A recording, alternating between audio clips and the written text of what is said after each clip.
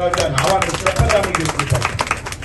आणि हे पदयात्रा फक्त काही मागणीसाठीच नाही, तर तुम्हाला धीर भेटला पाहिजे। बच्चू कडू तुम आगे बढ़ो, हम तुम्हारे साथ है। आम्ही म्हणतो तुम आगे बढ़ो बच्चू कडू, आपके साथ है। याच्यासाठी आपण ही यात्रा केली आणि मग आम्ही पाहतोय का या सगळ्या गोष्टीसाठी आम्ही प्रचंड हे काम करताना आनंद वाटतोय। आम्ही थकलो होतो खरं तर, पण 2-3 गावच्या स्वागतामुळे आमचा थकवा निघून गेला। तुमचं स्वागत आमच्यासाठी किती महत्वाचं होतं लक्षात घ्या।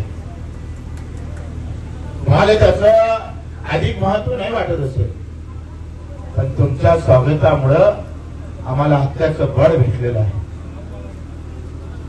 आणि हे हत्याचं बळ माझ्या शेतकरी शेतमजुरासाठी कामी आणल्याशिवाय आम्ही राहणार नाही, त्याच्यासाठी आम्ही कामी आहोत। मित्र, जात पात धर्माच्या पलीकडे जाऊन काम करणारा कष्ट करणारा एक समाज जगत आहे। तो सगळ्या जाती धर्मात आहे, तो जगत आहे कसं तरी 75 वर्षापासून मरता येत नाही म्हणून जगत आहे। त्यानं कसं जगावं, कोण त्याच्या पाठीशी उभा राहिली तर मग जात येईल, धर्म येईल, पंथ येईल, पक्ष येईल आणि या सगळ्या गडबडीत, या सगळ्या प्रॉब्लेम मध्ये तो जगत तरी कसा, त्याच्यासाठी लढण तरी कोण?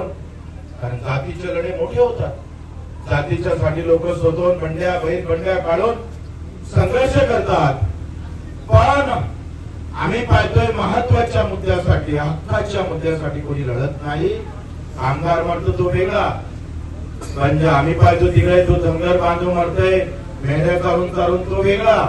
मच्छीमारांसाठी तर धरणच राहिले नाही, सगळे ठेके मोठ्यांनीच घेतले। दूध व्यवसाय घाट्यात आला, दुधात करप्शन झालं, भेसळ झाली। 1 लाख दूध निघतं जिल्ह्यात, 2 लाख दूध पैदा होतं, तिथे व्यापारीकरण झालेलं आहे। आणि या सगळ्या व्यापारीकरणामुळे कष्ट करणारा समाज मरतोय। तो कुठल्या जातीचा धर्माचा पाहू नका, त्याचे कष्ट पहा, त्याची मेहनत पहा आणि आम्ही कष्ट करणारे समाज म्हणून एकत्र झालो पाहिजे। या खुनगाठीनं आम्ही पायी चालतो आहे। आणि काही उगाच काही आम्हाला तुम्ही सांगा, आम्हाला मी यांना विचारलं गाव किती दूर आहे आता, लोक म्हणतात 3 किलोमीटर आहे, कोणी 2 किलोमीटर आहे। आम्ही म्हणतो थोडंसं कमी सांग, थोडंसं बरं वाटत नाही, कारण आपले पाय थकते ते काही मशीन थोडी आहे राव, मशीन थोडी असतं, प्रत्येकाचे पाय थकतं आणि असं वाटतं थांबा आता उद्या निघावच नाही, पण दिलेला शब्द आहे आणि आपण चाललो तर माझा थांबणारा समाज चालायला लागत, म्हणून बच्चू कडू चालताय लक्षात घ्या।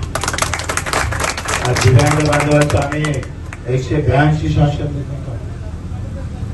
1995चा कायदा होता, अपंग पुनर्वसन कायदा। 6 देशांना आशिया खंडानं